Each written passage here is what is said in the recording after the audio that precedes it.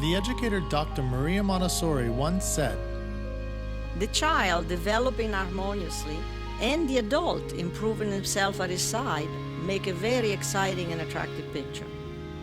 Welcome to Montessori Education with me, Jesse McCarthy, where we talk raising children and educating students while bettering ourselves right alongside them.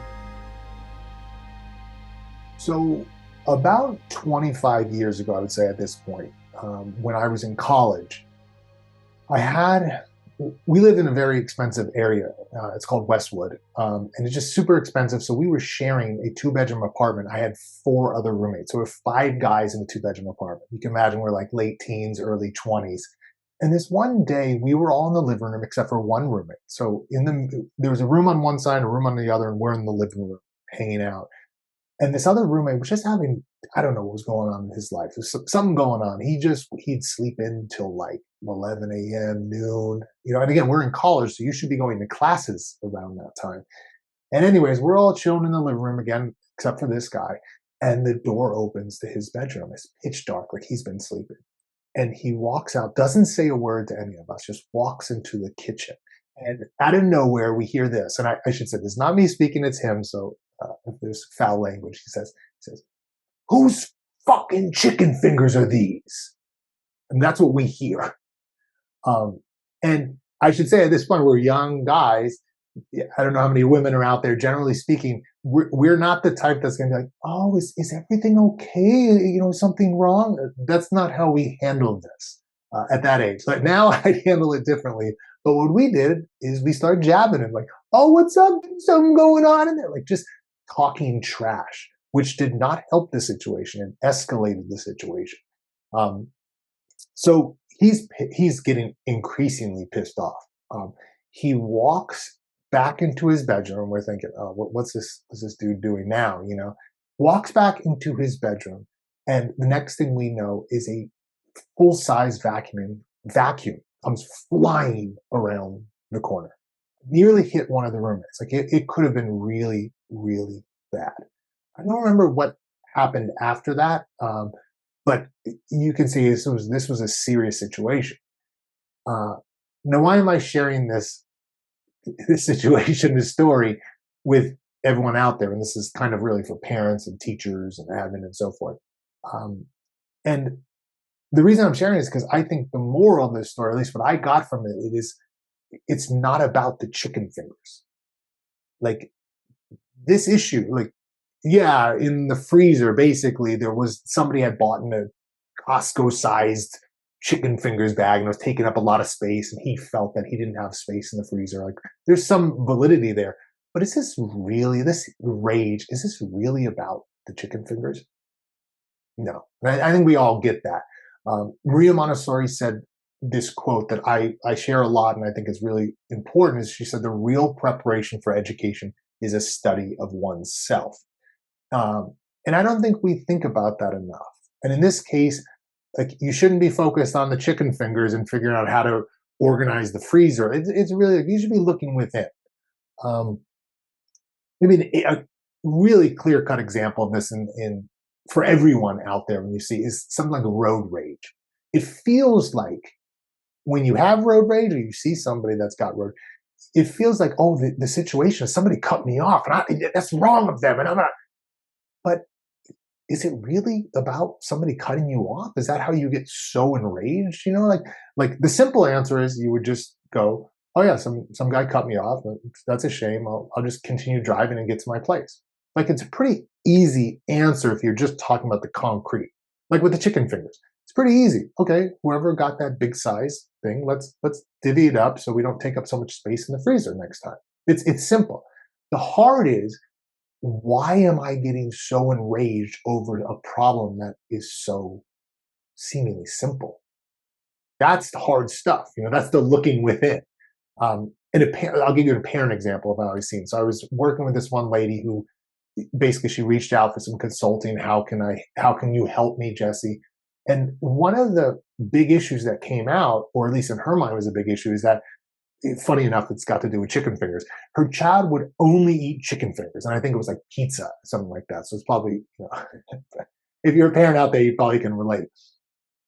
But she was getting really angry at her kids because all they would eat, well, you don't want to eat the food I'm making, this type of thing.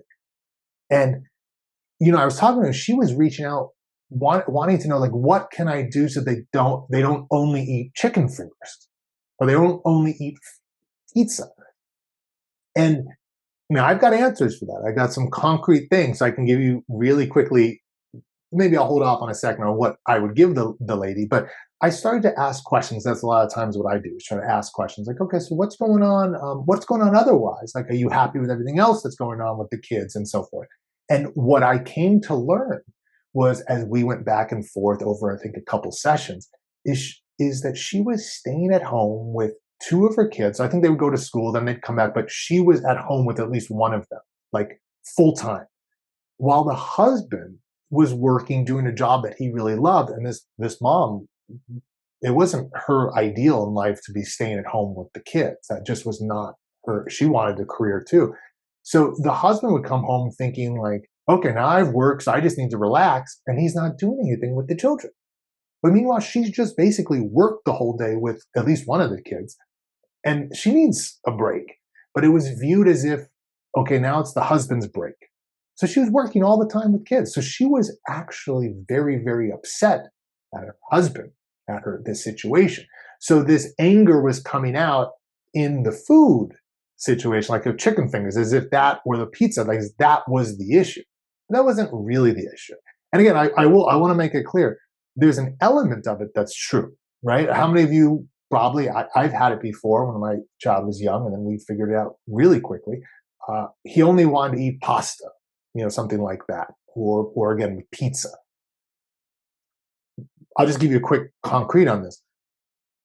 An easy solution to that is you make a dinner option. Let's say it's dinner. You put it on the table and say, oh yeah, this is what we have for dinner. And you explain what the things are and said, yeah, this is what we have. If you don't like it, that's okay. We'll try something different the next time. And of course, your child's going to flip. No, I don't really want this. I want pizza. I want pasta. And they might be hungry. They're going to go hungry. A lot of parents, it's hard for you to allow your child to go hungry, right?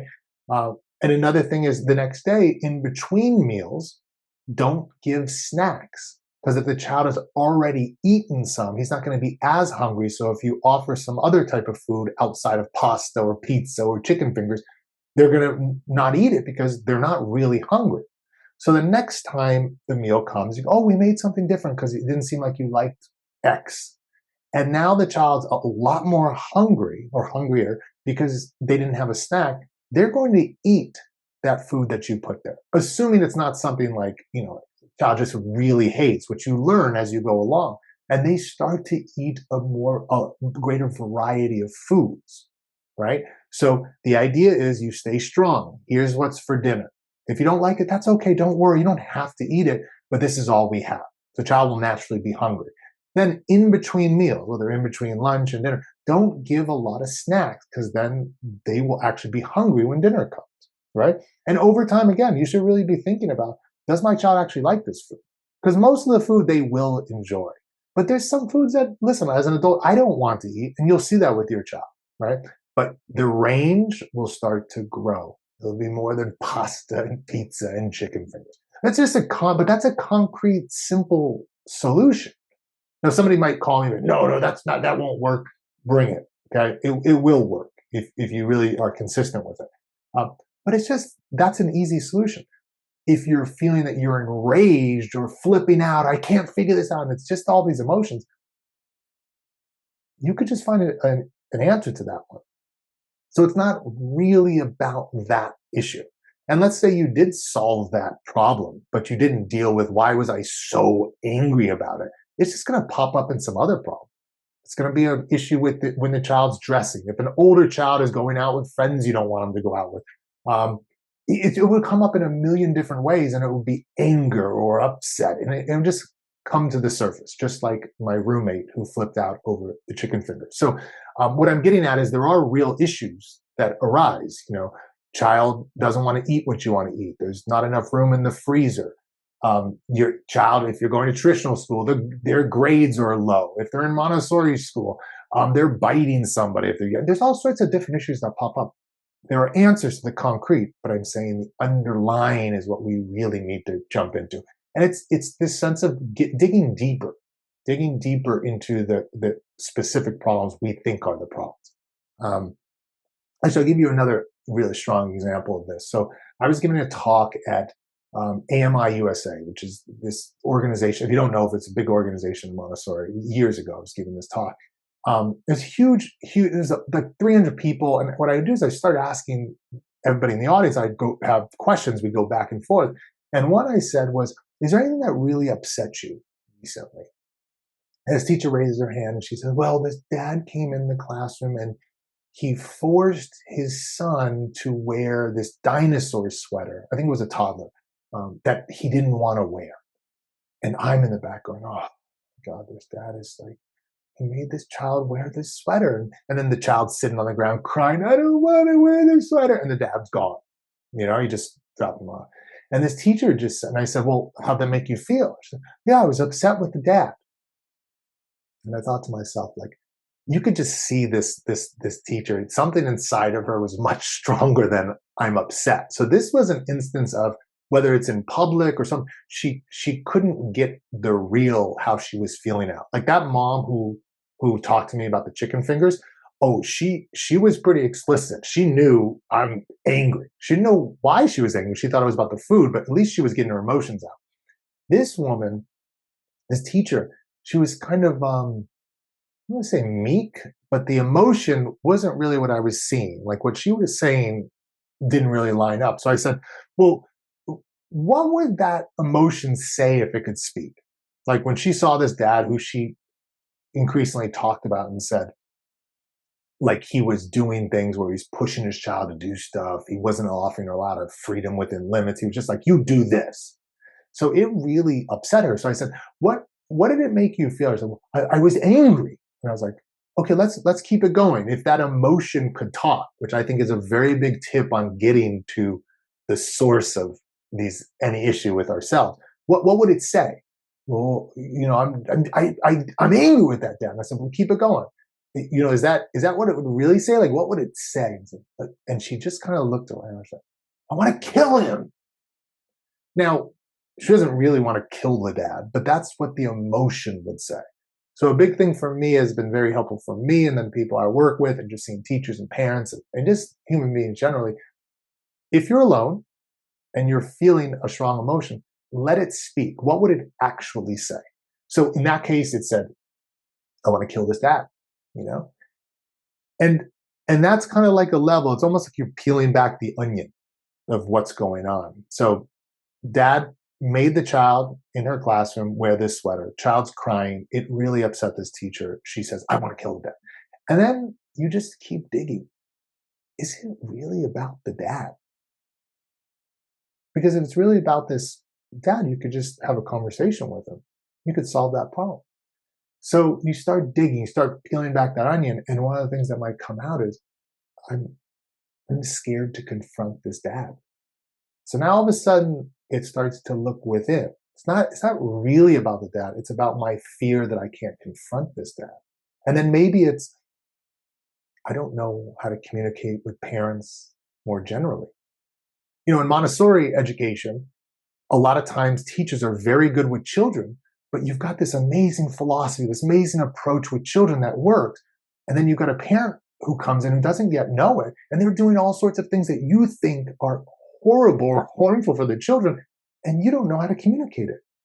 So it becomes like the teacher workroom where we're just complaining about the parents. Oh, this parent doesn't know that. And when you dig, you peel back that onion, you get away from thinking it's about the parent. It sometimes can be about, I don't know how to communicate. I feel incompetent, that type of thing. So you're just digging, you're peeling back that onion. So that's one thing that's been very helpful for me. I mean, there's a whole bunch of tactics and tips on how to look within, how to understand your emotions and how to get better at this. But that's one tip that's been very helpful that I've seen is just let the emotion out and keep asking that question. What would it say? What would it say? And is that it? And you just keep digging and digging. There's a quote I really like. Let me see where I put it that's related to this. Okay. So it's by this guy Zunzi, who is a student of Confucius, actually. So old school quote. And I kind of adapted it. So if you think this is the exact quote, it's not the exact. I adapted it for myself. But quote, when you see good, collect yourself and absorb what you've witnessed. When you see what is ungood, allow yourself to feel the upset and then look within. End of quote. So basically, we want to, if we see good stuff going on, you see somebody doing something really well, it's like, wow, that person, that woman, that man did something really cool. Let me figure out how I can absorb some of that. When you see something that's not good, allow yourself to feel it. So you got to allow that emotion now. Of course, not, you don't got to start screaming at your neighbor, talking about to yourself. What do I feel? And keep going. And then you look within, then you look within. Is there something that I can work on versus kind of blaming the other person? Been super helpful for me. Again, I want to make this clear. The chicken fingers, the dad with the sweatshirt, the mom with her chicken fingers or pizza, the concrete issue does matter. Like, we need to figure out, again, how do we get room in the freezer? How do I help my child so that they eat different things? How do I communicate with this dad in the classroom? All I'm saying is there's something deeper going on if we have crazy, strong emotions about this. Because otherwise it's like, you know what? I got a flat tire. What do? You fix it. But if you got a flat tire, it's like, oh my God, my whole day's ruined, and you're flipping out. That's not about the flat tire. Make sense? That's all I'm getting at. And all of this, I got to say, sometimes this could be heavy stuff because it's a lot of work to kind of get to the core. I mean, I'm just giving one little tip. This is ongoing work, and it realistically never ends. We're always working on ourselves. But again, it can be heavy, but this is really, in my view, this is about enjoyment of life, more enjoyment of life. I've worked with people, and I know I recently talked with a dad actually that reminded me of this. He just said, I'm just enjoying myself so much more with my daughter, with my family, because of this development. It doesn't mean that everything's solved now. Like, oh, now that I named the emotion, now I know myself completely. Everything's solved. No. But what it means that I'm enjoying myself so much more in these steps along the way. So basically, I mean, there's that Montessori quote that this podcast opens with, and I won't get it exactly, but the child developing harmoniously and the adult improving himself at his side make a very exciting and attractive picture. And I think that's what it's all about, us enjoying ourselves right alongside the children. And the only way I think we can really do that is to keep in mind at all times, whether a parent at home, child just throwing toys around, or won't get to sleep on time, or your teacher in the classroom and the children aren't working, somebody's nagging you by tapping on the shoulder all the time. If we're getting really riled up, it's not about the chicken fingers, Okay, I think that is it. That's all I wanted to get through. Something really quick today. So thank you for being on board with the show here. It's always fun to be here. Again, I'm Jesse McCarthy, if you don't already know that. Please reach out. I'd love to hear your feedback on the comments section if you're on YouTube, in a review on one of the podcast players. You can write me personally. You can just go to montessorieducation.com and you can contact me there. If this helped in any way, you think it's useful, please share it with somebody else that might also find it useful. And I think that's it. Take care, everyone, and I'll see you next time. Adios.